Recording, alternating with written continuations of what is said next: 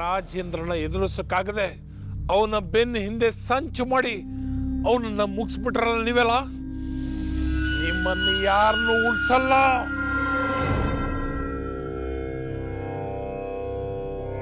ಏಯ್, ನೀನು ನಿಮ್ಮನೆ ಕೆಲ್ಸದವನು ಆ ಭುವನು, ಟೀಚರ್ ಶ್ರದ್ಧಾ, ಯಾರನ್ನು ಉಳಿಸಲ್ಲ. ಒಬ್ಬೊಬ್ಬರನ್ನೇ ಸಾಯಿಸ್ತೀನಿ. ಬಲಿಗೆ ಬಲಿ. ಇವತ್ತು ಹೇಗೋ ನೀನ್ ಬಚಾವಾಗಿ ಹೋದೆ, ಆದ್ರೆ ಬಿಡಲ್ಲ. ಮುಂದಿನ ಸಲ ನಾನೇ ಖುದ್ದಾಗಿ ಗುರಿ ಇಡ್ತೀನಿ. ಏ ಗಜೇಂದ್ರ, ಹಾಗೆ ಸಾಧಿಸ್ಬೇಡ.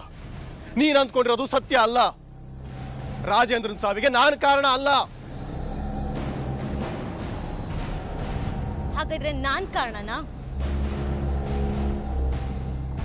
ಈ ಸಂಖ್ಯೆ ಹಳ್ಳಿಗೆ ಬಂದಾಗ್ಲಿಂದ ಒಂದೇ ಒಂದಿನ ಅಪ್ಪ ನೆಟ್ಟಗಿರ್ಲಿಲ್ಲ. ಯಾವಾಗ್ಲೂ ಯಾವುದೋ ಒಂದು ಚಿಂತೆ, ಒದ್ದಾಟ. ಇಷ್ಟು ದಿನದಿಂದ ಇಷ್ಟು ಕಷ್ಟ ಕೊಟ್ಟವ್ರು ನೀವು. ಅಷ್ಟು ವರ್ಷಗಳಿಂದ ನಮ್ಮಪ್ಪ ಅದೆಷ್ಟು ನಲ್ಲಾಟ ಅನುಭವಿಸಿರಲ್ಲ. ಡ್ಯಾಡಿ ಸಾವಿಗೆ ನೀವೇ ಕಾರಣ.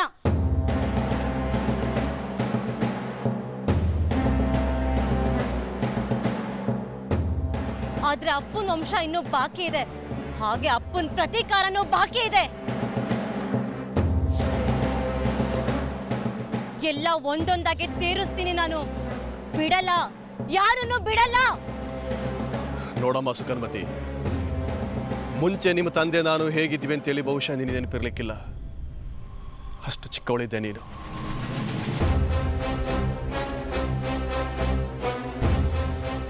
ಯಾವುದೋ ವೈಮನಸ್ಸು ನಮ್ಮಿಬ್ಬರನ್ನ ಬೇರೆ ಮಾಡ್ತು.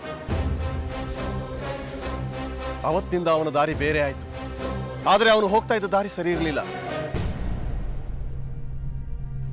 ಇಷ್ಟು ವರ್ಷ ನಿನ್ನ ದಾರಿ ಸರಿ ಇಲ್ಲ ಅಂತ ಹೇಳೋ ಪ್ರಯತ್ನ ಮಾಡಿನೇ ಹೊರತು ಅವನು ಕೆಟ್ಟದ್ದಾಗಬೇಕನ್ನೋ ಉದ್ದೇಶ ನನ್ನದಾಗಿರ್ಲಿಲ್ಲ. ಅಪ್ಪ ತಪ್ಪ ಸರಿನೋ ಅದನ್ನ ಅವ್ರಿಗೆ ಬಿಡ್ಬೇಕಾಗಿತ್ತು. ನೀವೇ ತಲೆ ಹಾಕೋಬೋದ್ರಿ. ಯಾಕೆಂದ್ರೆ ಅವನು ನನಗೆ ಹತ್ತಿರದವನಾಗಿದ್ದ. ನಮಗೆ ಬೇಕಾದವರು ಬೇಡವಾದ ದಾರಿಯಲ್ಲಿ ಹೋಗ್ತಾ ಇದ್ದಾರೆ ಅಂತಂದ್ರೆ ತಡೆದೇ ಇರೋದಕ್ಕೆ ಹೇಗಾಗುತ್ತೆ ಹೇಳು?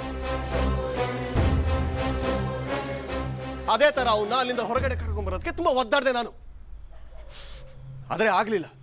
ಹೊರಗೆ ಕರ್ಕೊಂಬರಕ್ಕಾಗದೆ ಮೇಲೆ ಕಳಿಸ್ಬಿಟ್ಟು. ಇಲ್ಲ ಉಗ್ರಪ್ಪ, ನನ್ನ ನಂಬಿ. ನನಗೆ ನಿಮ್ಮ ಮೇಲಾಗ್ಲಿ ಅವನ ಮೇಲಾಗ್ಲಿ ಯಾವ ದ್ವೇಷನೂ ಇಲ್ಲ.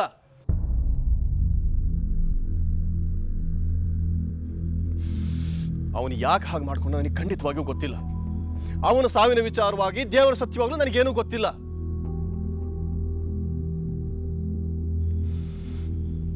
ಅವನ ಸಾವಿನ ಹೊಣೆನ ನಾವ್ಯಾರೂ ಹೊತ್ಕೊಳ್ಳೋದಕ್ಕಾಗೋದು ಇಲ್ಲ.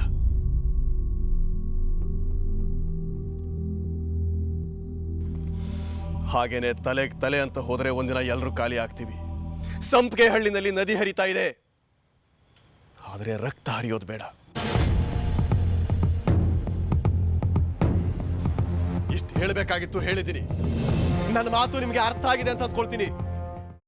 ಅದನ್ನೇ ಮನಸ್ಸಿನಲ್ಲಿ ಇಟ್ಕೊಂಡು ಯೋಚನೆ ಮಾಡ್ತಾ ಇದ್ದೀಯಾ? ಮೊದಲು ಅದರಿಂದ ಹೊರಗಡೆ ಬಾ. ನಾನೇನು ಯೋಚನೆ ಮಾಡ್ತಿಲ್ಲ ಅಜ್ಜಿ. ನಿನ್ನ ಚಿಕ್ಕ ಮಗುವಿಂದ ನೋಡ್ತಾ ಇದ್ದೀನಿ.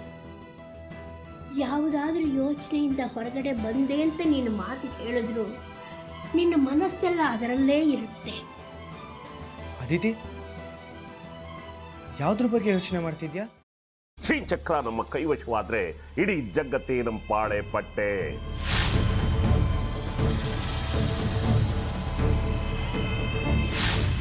ನಾವಿದೀವಲ್ಲ, ನೀನ್ ಯಾಕೆ ಚಿಂತೆ? ನಮ್ಮ ಆಸೆಗಳೆಲ್ಲ ಪೂರೈಸುತ್ತೆ. ಅದಕ್ಕೆ ನಾನು ಹೇಳಿದ್ದು ನಮ್ಮ ಜೊತೆ ಕೈ ಜೋಡಿಸು ಅಂತ.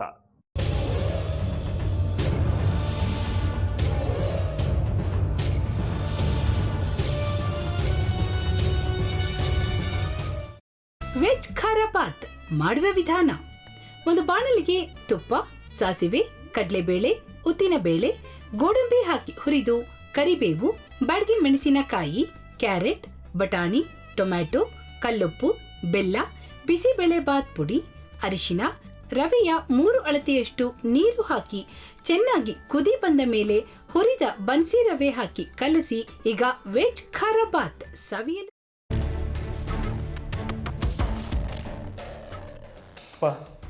ಇಷ್ಟೋ ತನಕ ಡೆಲಿವರಿ ಆಗಿಲ್ಲ ಅಂದರೆ ಅಕ್ಕಂಗೆ ಏನಾದರೂ ಪ್ರಾಬ್ಲಮ್ ಇರ್ಬೋದಾ? ಆ ಥರ ಏನಾದರೂ ಇದ್ದರೆ ಡಾಕ್ಟ್ರು ಬಂದು ಹೇಳ್ತಿರ್ಲಿಲ್ವ ರವಿ?